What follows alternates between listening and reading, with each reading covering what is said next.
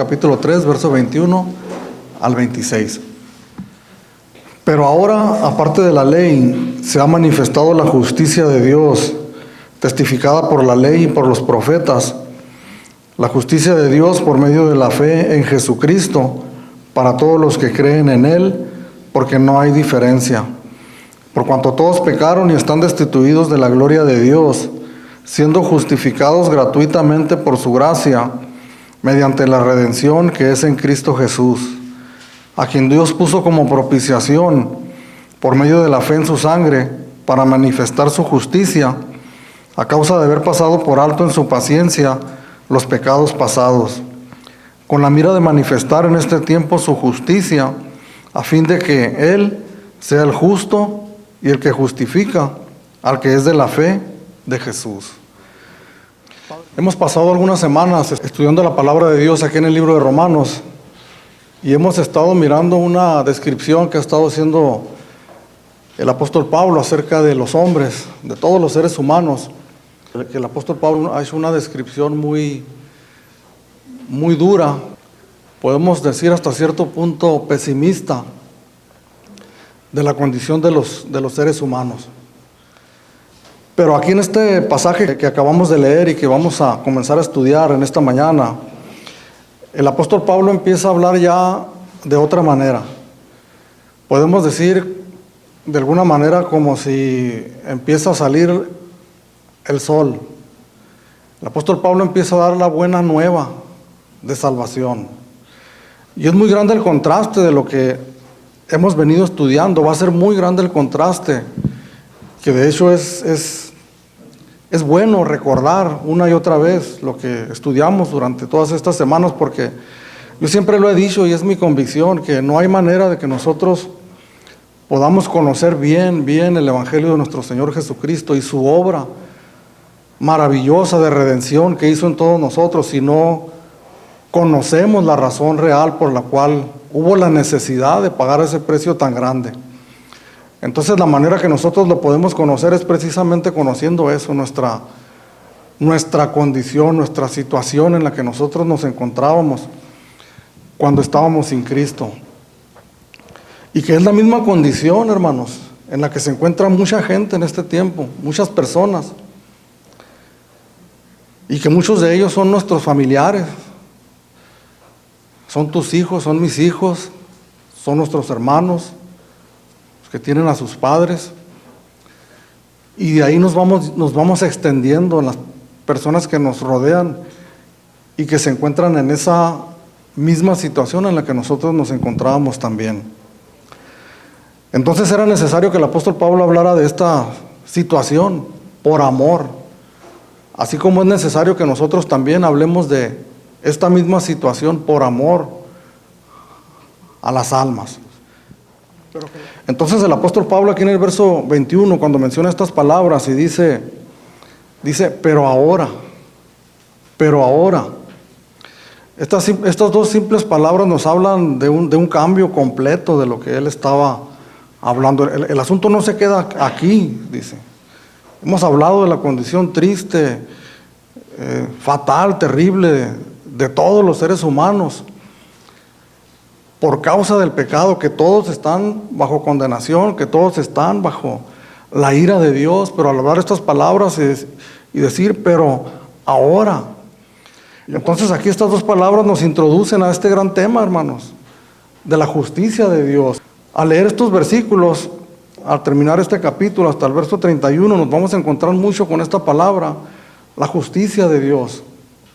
La justicia de Dios, y que hemos estado hablando también referente a la condición del ser humano, que tenemos un Dios justo, a un Dios que la palabra dice que de ninguna manera dará por inocente al culpable, a un Dios justo que no deja pasar el pecado, que no deja pasar la culpa, un Dios justo, recto, que abomina, que aborrece la maldad. De manera que nosotros, cuando éramos pecadores, y aquellos que están en pecado aún, literalmente aborrecen a Dios. Entonces Dios aborrece eso, odia el pecado, eso porque es un Dios justo. que no podemos nosotros atribuirle a Dios despropósito alguno en su justicia. Y cuando dice, aparte de la ley, se ha manifestado la justicia de Dios, testificada por la ley y por los profetas. Entonces se ha manifestado no algo nuevo que no se conocía, o algo que Dios aprendió a hacer, sino que Él ha sido siempre así. Esa parte de la justicia de Dios, que sí es un Dios airado, es un Dios que aborrece el pecado, es un Dios que sin duda, aquellos que llegan a morir sin Cristo y que se les dio su oportunidad, sin lugar a dudas, la justicia de Dios, pues va a ser ejecutada sobre ellos. Pero de lo que estamos hablando aquí es de la justicia que Dios provee para que nosotros podamos alcanzar esa medida, esa estatura que no podemos alcanzar de ninguna otra manera. Dice, aparte de la ley, se ha manifestado la justicia de Dios. Si nosotros leemos el contexto, específicamente los 3 versículos anteriores al que estamos leyendo, el verso 21, que es el verso 19 al 20, que dice así: pero sabemos que todo lo que la ley dice, lo dice a los que están bajo la ley, para que toda boca se cierre y todo el mundo quede bajo el juicio de Dios. Ya que por las obras de la ley ningún ser humano será justificado delante de Él, porque por medio de la ley es el conocimiento del pecado. Entonces estuvimos hablando semanas atrás que este grupo de personas llamados judíos, que era el pueblo de Dios y que ellos se consideraban correctamente como el pueblo de Dios, ellos pensaban que la ley era un espejo para ellos, pero donde ellos se miraban agradables, en donde ellos se miraban justos por ellos cumplir la ley de Dios. La ley de Dios, cuando nosotros la leemos y la observamos bien, es el reflejo de la justicia de Dios. Es el reflejo de quién es Dios. Es el reflejo perfecto, santo y puro del carácter de Dios. Es también la ley de Dios, la medida, la vara que todos nosotros deberíamos de llenar. Pero debemos de entender, hermanos, que todos los seres humanos, y que es lo que estuvimos hablando la semana pasada, absolutamente todos los seres humanos, aun aquellos que habían tenido el privilegio de ser los receptores de la ley de Dios, de la palabra de Dios, fracasamos terriblemente en querer alcanzar esa ley. Entonces, por las obras de la ley, ningún ser humano puede ser justificado. Ningún ser humano. Por eso dice aquí el apóstol Pablo, dice, pero ahora, aparte de la ley, se ha manifestado la justicia de Dios testificada por la ley y por los profetas. No es algo nuevo, hermanos. No es una doctrina nueva que el apóstol Pablo comenzó a enseñar. Era algo desconocido que podíamos mirar tal vez entre sombras, porque el Antiguo Testamento da noticias de ello. Dice aquí el apóstol Pablo, la justicia de Dios testificada por la ley y por los profetas. Desde Génesis capítulo 3, versículo 15, cuando Adán y Eva cayeron en pecado y fueron destituidos de la presencia de Dios, cuando Dios maldice, porque ¿cuántos sabemos que Dios maldice? A veces nosotros decimos, nosotros somos los que podemos maldecir, nosotros no maldecimos a nadie más que solamente con palabras, pero el que maldice es Dios, hermanos. Esa es la realidad. Dios bendice y Dios maldice. Si nosotros leemos Deuteronomio capítulo 28, vamos a leer las bendiciones de Dios, pero también las maldiciones de Dios. Entonces miramos que Dios maldijo al hombre y maldijo a la mujer por causa del pecado. Pero también maldijo a la serpiente y le dijo, pondré enemistad entre ti y la mujer. Pondré enemistad entre tu simiente y la simiente de ella. La simiente de ella te pisará la cabeza y tú le morderás el calcañar. Ahí desde ese momento el Señor, al principio de la Biblia, en Génesis, está dando la buena nueva que un día se iba a cumplir, que nuestro Señor Jesucristo iba a venir a este mundo. pero que iba a venir a padecer. Eso es lo que habla cuando dice que la serpiente iba a herirle el calcañar, pero que Jesús la iba a derrotar pisando la cabeza de la serpiente. A partir de ahí, todas las profecías que nosotros miramos en el Antiguo Testamento que anunciaban la venida de nuestro Señor Jesucristo, que anunciaban, como dice la primera carta de Pedro en el capítulo 1, un tiempo y una persona que ellos no conocían y no sabían, aunque ellos escribían de ellos, pero no sabían exactamente de qué se trataba. De eso es de lo que nos está hablando el apóstol Pablo. Si nosotros pudiéramos, porque es tan grande a veces las noticias, hermanos, es tan grande la revelación, es tan grande la información para nosotros, para poderla digerir, que a veces no la captamos en todo su esplendor, y que poco a poco nosotros vamos captando y maravillándonos poco a poco, cuando podemos entender que el apóstol Pablo nos está revelando esa buena noticia de una manera completa y total. Nos está rasgando el velo para que nosotros podamos mirar en toda su plenitud el tiempo y la persona que había estado destinado para venir a rescatarnos de esa triste condición que había descrito el apóstol Pablo un capítulo antes.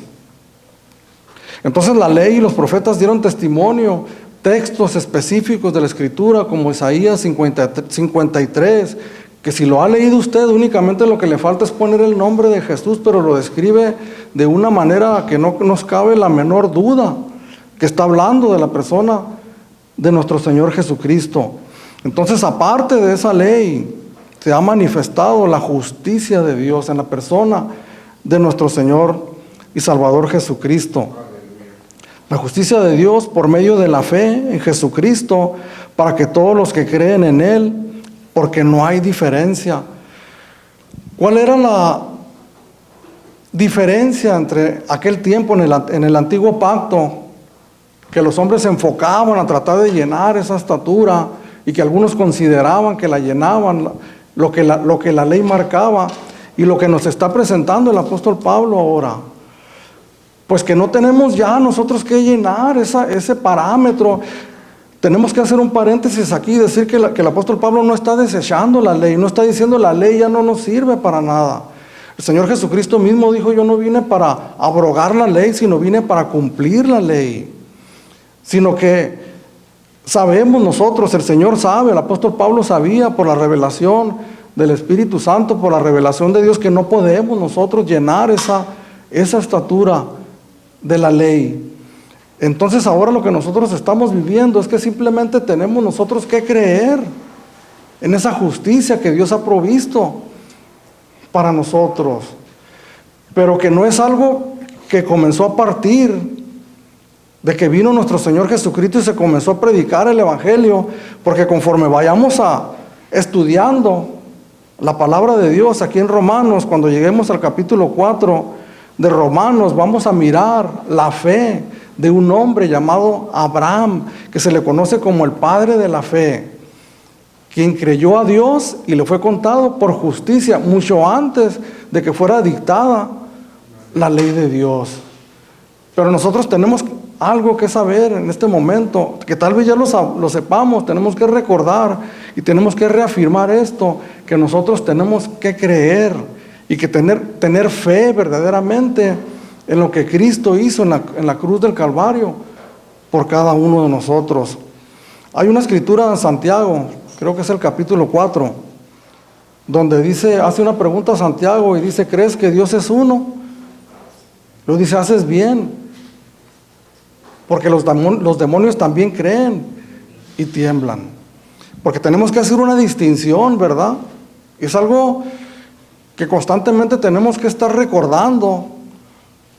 Porque hay otra escritura en la palabra de Dios en Hebreos que dice que nosotros somos tardos para aprender y que necesitamos que se nos esté recordando continuamente, y un recordatorio que nosotros tenemos que estar, valga la redundancia, recordando en nuestras vidas, es que no es suficiente creer.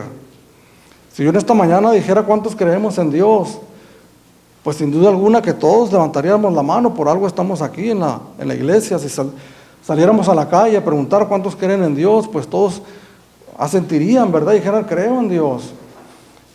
Pero vamos a ir mirando también poco a poco y quiera Dios que nos revele en lo más profundo de nuestro corazón cuál es esa fe que Dios demanda de cada uno de nosotros. Es una confianza, podemos decir, verdadera y total en Jesucristo. Porque cuando nosotros entendemos, hermanos, que nosotros no podemos alcanzar la justicia de Dios, cuando nos queda perfectamente claro quiénes somos nosotros, cuál es nuestra condición, que estamos separados de Dios, que no hay remedio para nosotros, y se nos da la buena nueva, que hay una persona, y el objeto de nuestra fe es la persona de nuestro Señor Jesucristo. Entonces, cuando nosotros nos sentimos desamparados, nos sentimos abrumados por nuestra condición pecaminosa, nos sentimos frustrados porque no podemos alcanzar lo que nosotros quisiéramos alcanzar, entonces no nos queda otra que confiar en Jesús, en aquel que sí lo puede alcanzar.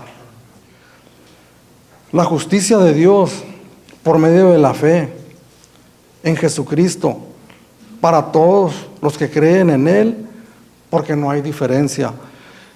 Y estos pasajes del capítulo 2 en adelante hasta el 3 se está refiriendo específicamente a los judíos, porque ellos pudieran pensar tal vez de alguna manera, bueno, el gentil está perdido terriblemente, pero nosotros tenemos la ley, nosotros de alguna manera somos el pueblo de Dios, pero aquí el apóstol Pablo dice, es para todos los que creen en Él, porque no hay diferencia.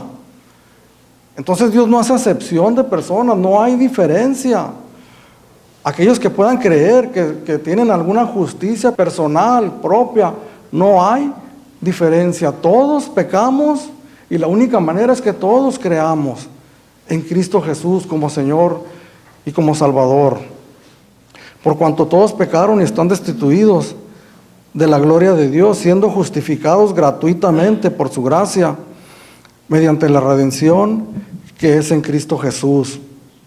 ¿Qué significa la palabra justificación? Esta palabra es un tema central, hermanos, para nosotros. De hecho, lo que el apóstol Pablo está tocando, está comenzando a tocar aquí, y que va a hablar de eso más profundamente en el capítulo 4, en el capítulo 5, podemos decir que es el centro, hermanos, de nuestra fe, de nuestra creencia. Podemos decir que es lo que nos diferencia, pero sí completamente de todas las demás creencias. ¿Qué significa la justificación? Significa que nosotros hemos sido perdonados en nuestros pecados, que hemos sido declarados justos. Imaginémonos, esto nos da la idea de un juicio, hermanos. El apóstol Pablo en todos sus escritos, Dios mismo en su palabra, utiliza términos legales, como si estuviésemos en un gran juicio, con un gran jurado. Imaginémonos por un momento que estamos cada uno de nosotros sentados en el banquillo de los acusados, pero que verdaderamente somos culpables, que sabemos nosotros que somos culpables, que estamos ahí por delitos que verdaderamente nosotros cometimos y que sabemos que lo que nos espera es una pena larga por esos delitos que nosotros cometimos. Pero imaginemos por un momento que al llegar el momento del veredicto, el gran juez que está ahí nos declara inocentes. Yo no sé, porque nosotros siendo culpables, verdaderamente fuimos declarados justos. Aquella culpa que nos tenía sentados en aquel banquillo de los acusados fue quitada de nosotros. Fuimos declarados justos. Una declaración de justicia, hermano, no nos hace nosotros justos en nuestra manera de ser, en nuestro corazón, en nuestra alma, personas justas como Jesús era justo, porque somos pecadores aún, seguimos pecando, seguimos fallando. Hay injusticia en nosotros. ¿Cuántos podemos descubrir injusticia, que somos injustos más de alguna vez, que pecamos, que fallamos? Pero la gran bendición, hermano, la gran dicha, es que aún esas culpas, las que nosotros cometimos en el pasado, las que seguimos cometiendo en el presente y las que vamos a seguir cometiendo en el futuro, han sido quitadas de nosotros. Hemos recibido una declaración de justicia, hemos sido absueltos de nuestros pecados. Pero ahora la pregunta sería, ¿qué hicimos nosotros, hermanos, para recibir ese veredicto de inocencia? ¿Qué fue lo que hicimos nosotros? ¿Qué hiciste, Ricardo? ¿Qué hiciste, Cuauhtémoc, para ser declarado justo delante de Dios? Porque les acabo de decir que es una gran diferencia. Es lo que nos diferencia, pero si absolutamente de todas las creencias, de todas las religiones, de todas las fes que se puedan profesar en este mundo. Porque nosotros tenemos que estar convencidos, conforme a la palabra de Dios, que nosotros no hicimos absolutamente nada para merecer esta declaración de justicia. Todo lo contrario. Todo lo contrario, nos tenemos que regresar continuamente a mirar el capítulo 1 de Romanos y mirarnos en ese espejo y decir, recordarnos verdaderamente, porque en esa condición estábamos nosotros, hermanos. Porque un servidor que está parado aquí delante de ustedes, hermanos, verdaderamente no tengo merecimientos de ninguna manera y de ninguna índole, de ningún tipo. Ninguno de nosotros, ninguno de los que estamos aquí sentados, con todo respeto se los digo, hermanos, pero ninguno de ustedes tiene ningún merecimiento personal, propio, en ustedes, para ser llamados hijos de Dios, para ser llamados creyentes, cristianos. Porque dice el apóstol Pablo aquí en el versículo 24, siendo justificados gratuitamente por su gracia. ¿Qué entendemos nosotros por gratuitamente, hermanos? Es algo de balde que recibimos. Gratis, hermanos. Pero eso nos empieza a ampliar la visión, tal vez un poco equivocada, de que estamos ante un Dios, pues que no es muy justo que digamos. A un Dios que regala algo tan tremendo, tan grande, de una manera tan fácil. Pero que vamos a mirarlo más adelante. Nosotros no merecíamos nada, hermanos. Fíjese las palabras que se utilizan aquí en la Biblia. Son palabras humanas, terrenales, que todos nosotros conocemos, pero la inmensa gran mayoría de ellas no alcanzan, hermanos, a cubrir lo que Dios verdaderamente nos enseña en su realidad espiritual. Porque esta palabra que nos dice, siendo justificados gratuitamente, nosotros cuando recibimos un regalo, sobre todo en estas épocas navideñas, algo que nos dan gratuitamente, no lo asociamos con ninguna otra cosa, ni pensamos si lo merecemos o no, simplemente lo recibimos. Pero el regalo que Dios nos ha dado sí es absolutamente indispensable que nosotros entendamos que no lo merecemos. Se ha esmerado, se ha esforzado el apóstol Pablo en su argumento por decirnos que todos estamos destituidos de la gloria de Dios. Que ninguno de nosotros movimos un dedo para buscar a Dios. Que no solamente no movimos un solo dedo, sino que no había ese deseo en nosotros de hacerlo. Y que si somos sinceros, en otro tiempo había un rechazo hacia Dios. No queríamos saber absolutamente nada de Dios. Entonces esa es la realidad de nosotros, que Dios nos dio esa gran bendición gratuitamente, sin que nosotros la mereciéramos. No merecíamos esa bendición, merecíamos la condenación de Dios. Mas sin embargo, Dios en su misericordia le plació regalarnos la salvación en la persona de su Hijo Jesucristo. Siendo justificado gratuitamente por su gracia, mediante la redención que es en Cristo Jesús. ¿Qué significa la palabra redención? ¿Qué entendemos nosotros por la palabra redención? En el Antiguo Testamento se utilizaba mucho esta palabra, redimir o redención. Y esta palabra se asociaba cuando alguien rescataba a personas o cosas que habían sido, vamos a decir, enajenadas. Personas que habían sido tomados esclavos por deudas familiares, por botines de guerras, propiedades que habían perdido las personas y que después de algún tiempo ellos podían tenían la oportunidad de recuperarlas mediante el pago de un rescate. Algunos esclavos, tenías un familiar esclavo, podías juntar una cantidad de dinero y en cierto tiempo tú podías ir a rescatar a ese esclavo, rescatarlo de la esclavitud donde se encontraba. Y en este caso se refiere específicamente a nosotros, a personas, que nosotros fuimos justificados gratuitamente mediante la redención que es en Cristo Jesús. Y obviamente esta figura, hermanos, se nos presenta inmediatamente como una estampa en nosotros, porque ¿qué fue lo que hizo Jesús en la cruz del Calvario, hermanos? Que muchas veces miramos nosotros la imagen de una cruz con un hombre colgado ahí, pero no lo relacionamos con nosotros. Que lo que Jesús estaba haciendo ahí, estaba dando el pago de un rescate por hombres y mujeres que se encontraban esclavizados en el pecado y en la maldad, y con todas las consecuencias que se derivaban de ello. ¿Cuáles son las consecuencias de vivir una vida de pecado en este mundo, hermano? Una vida esclavizada a cosas, a hábitos, a situaciones que hay en este mundo, a drogas, a vicios, a situaciones distintas y diferentes que nos mantenían esclavizados, y a las consecuencias que se derivaban de todas ellas. ¿Cuáles eran sus consecuencias? Una perdición por una eternidad, la ira de Dios, la condenación de Dios.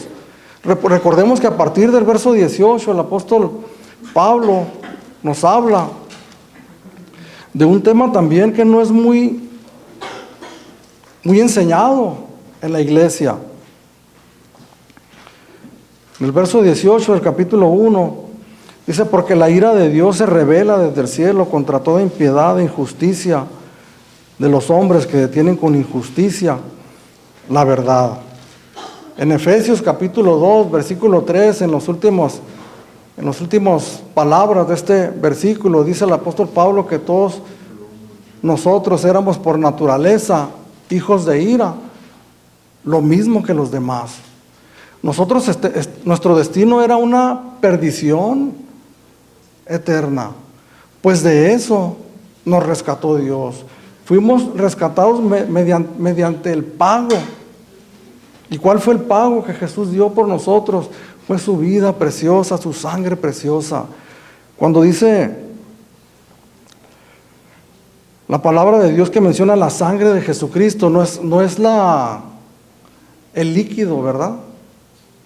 Que nosotros pongamos nuestra fe en el líquido rojo de la sangre de Jesús, o que la invoquemos de vez en cuando como una palabra mágica, sino que habla de la vida preciosa derramada en la cruz del Calvario por nuestro Señor Jesucristo, para rescatarnos a ti y a mí de la culpabilidad del pecado y de las consecuencias eternas de ese pecado. 2 Corintios capítulo 5, verso 21. Al que no conoció pecado, por nosotros lo hizo pecado, para que nosotros fuésemos hechos justicia de Dios en él. ¿Qué es lo que sucede, hermanos, en la cruz del Calvario? Cuando está nuestro Señor Jesucristo clavado en la cruz. Estamos hablando de la justicia de Dios, estamos hablando de que Dios no nos da un perdón como a primera impresión tal vez nos da un perdón barato, algo que puede conseguir cualquiera con unas cuantas palabras que salgan de nuestra boca.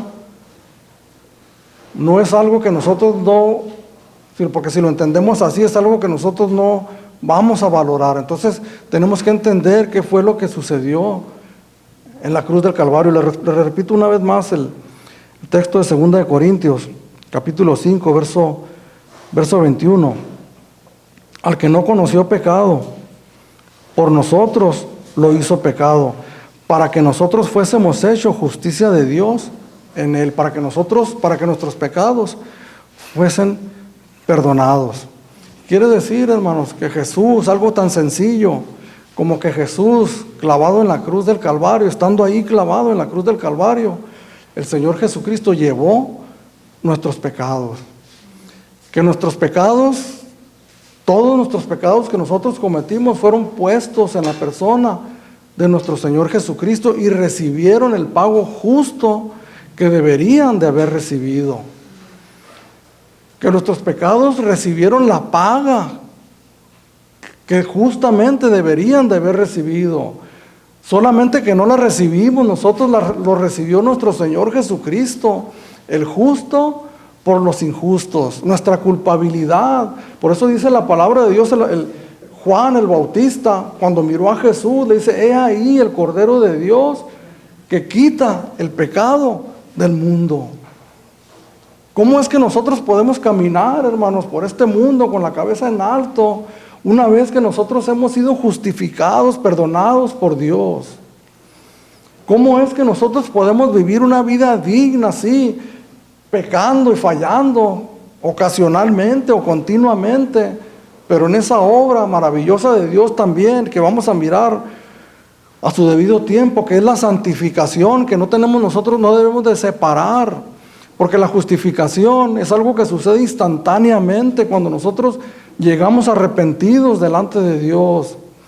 Cuando nosotros, convencidos por la palabra de que somos culpables, convencidos por el Espíritu Santo de que hemos pecado, de que hemos fallado, que no nos queda otra opción que levantar nuestras manos al cielo y clamar por la misericordia de Dios, en ese momento Dios nos perdona de una manera instantánea. Así como aquel juez declara el veredicto de aquella persona inocente, y en ese momento él puede salir caminando libremente de aquel lugar. Nosotros también somos declarados justos y en ese momento somos libres. Dios nos ha liberado del poder del pecado y de sus consecuencias, de la condena que estaba por delante de nosotros. Pero ahí comienza un proceso, ese sí, diario, continuo, de santificación, de purificación en nuestras vidas. Siendo justificados gratuitamente por su gracia mediante la redención que es en Cristo Jesús, verso 25, a quien Dios puso como propiciación por medio de la fe en su sangre, para manifestar su justicia a causa de haber pasado por alto en su paciencia los pecados pasados. Estamos mirando unas palabras muy importantes, hermanos, que nos van a servir a nosotros en nuestra edificación personal, espiritual. Porque estamos aprendiendo qué es lo que significa ser justificados. Recuerde, ser justificados es que mis pecados han sido perdonados. Salmo 32, bienaventurado el hombre cuya transgresión ha sido perdonada. Arriba del Salmo ese dice la dicha del perdón. Tenemos la dicha de haber sido perdonados, justificados gratuitamente, sin nosotros merecerlo. Estamos mirando el significado de la palabra redención. Fuimos liberados del pecado, del poder del pecado, mediante el pago de un rescate. Y ese pago fue la sangre preciosa de nuestro Señor Jesucristo. Pero ahora aquí miramos en el verso 25, hablando de Jesús, a quien Dios puso como propiciación por medio de la fe en su sangre. Si ustedes ponen atención a los cantos que entonamos aquí en esta iglesia, nuestra hermana estaba cantando una alabanza hace un momento donde mencionaba la palabra propiciación. ¿Pero qué significa la propiciación? En Levítico capítulo 16 hay una fiesta que se nos menciona ahí, anual, del pueblo judío, la fiesta de la expiación. El pueblo una vez al año iba al templo, llevaba un animalito con el sumo sacerdote lo sacrificaba, y la sangre de aquel animal la rociaban en un lugar del templo que se llamaba el lugar santísimo. En ese lugar santísimo había un cajón que le llamaban el arca del pacto. Encima del arca del pacto había una placa recubierta de oro puro que le llamaban el propiciatorio. Arriba de ese propiciatorio era donde derramaban la sangre de aquel animal sacrificado. Entonces aquellos hombres podían ser libres del pecado, por lo menos por un año. porque el año siguiente tenían que regresar a volver a hacer la misma operación. Entonces, para el pueblo judío, ese lugar, el propiciatorio, era el lugar en donde se encontraban con la justicia de Dios. Era el lugar donde Dios efectuaba su justicia, no sobre la persona, sino sobre aquel animal. De esta manera Dios seguía siendo justo, pero efectuaba su justicia ahí. Ese era el lugar del encuentro de los judíos con su Dios, donde ellos eran justificados, pero tenían que regresar el año siguiente a realizar la misma operación. Entonces dice aquí el apóstol Pablo, a quien Dios puso como propiciación, y está el apóstol Pablo sin lugar a dudas teniendo en la mente ese propiciatorio que estaba en aquel templo, donde el pueblo judío se encontraba con su Dios para ser perdonados. Pero ¿cuál es nuestro propiciatorio en este tiempo? ¿En dónde nos encontramos nosotros con Dios? Para que nuestros pecados sean perdonados, para que la ira de Dios caiga no sobre nosotros, sino sobre un sacrificio perfecto. Ese es propiciatorio para nosotros, ese lugar donde nosotros nos encontramos para que nuestros pecados sean perdonados una vez y para siempre. Es la cruz del Calvario, donde nuestro Señor Jesucristo recibió el pago justo por nuestros pecados, el justo por los injustos. El hombre inocente, perfecto, que no cometió pecado por nosotros, se hizo pecador. Por eso el apóstol Pablo aquí, en este texto que acabamos de leer, a quien Dios puso como propiciación por medio de la fe en su sangre, para manifestar su justicia a causa de haber pasado por alto en su paciencia los pecados pasados. Hemos hablado de un Dios recto, de un Dios severo. Si nosotros miramos el Antiguo Testamento, miramos a un Dios severo. Pero con todo y eso, si nosotros miramos realmente la justicia de Dios, miramos que Dios fue un Dios paciente en gran manera. Basta que nosotros leamos la historia del pueblo de Israel al salir de Egipto. No pasó mucho tiempo cuando ellos renegaran de Dios, cuando ellos murmuraran de Dios. Y como Dios los perdonaba una y otra vez, sí, los disciplinaba. Era duro con ellos, pero no tan duro como debería de ser. Todos nosotros, todos ellos y todos nosotros merecíamos morir instantáneamente, porque la paga del pecado es muerte. Recordemos a David, hermano, los pecados terribles que cometió, mas sin embargo, la paciencia de Dios.